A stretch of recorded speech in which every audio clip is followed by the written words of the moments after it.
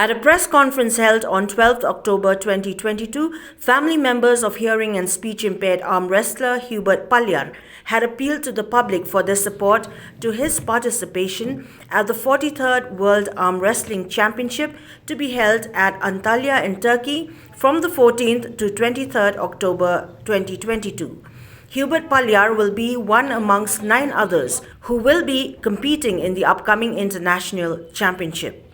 Speaking to reporters today, Paliar's wife, Miriam Thankhiu, had informed about her husband's participation in the 43rd World Arm-Wrestling Championship in Turkey and at the same time sought for prayers and support of the general public to Paliar, who will be representing India in the Arm-Wrestling Championship. At the same time, Thankhiu expressed her gratitude to each individual and organization who had contributed and monetarily donated towards Hubert Paliar's expenses for his trip to and from Turkey. Nga buru ka cingkarpat ya kipat ba jongkari khasi barokat ba subha ba sepentit bang ba pingbu le ma kata ka cingduai ma ka cingduai ka ri ka ba kong santam hakmat ma ban bu la kata ka cingduai hakmat ba I insami no la shai khat lai tarik listap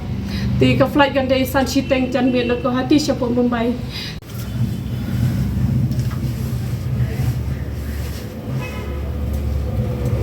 yang ngakarman ru ba i karman ru ba lemba ka cingduai ka chongpi sala ban wara eta ka cingjom ya kari khasi ka chong tengge ini jila kai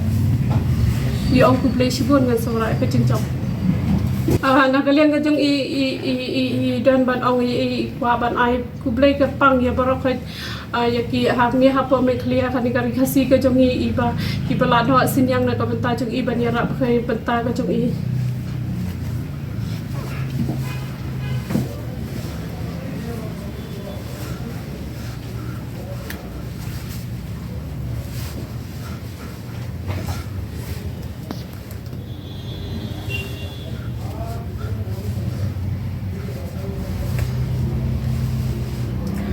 yang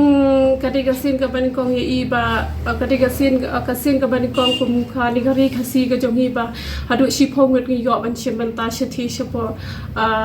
Turkey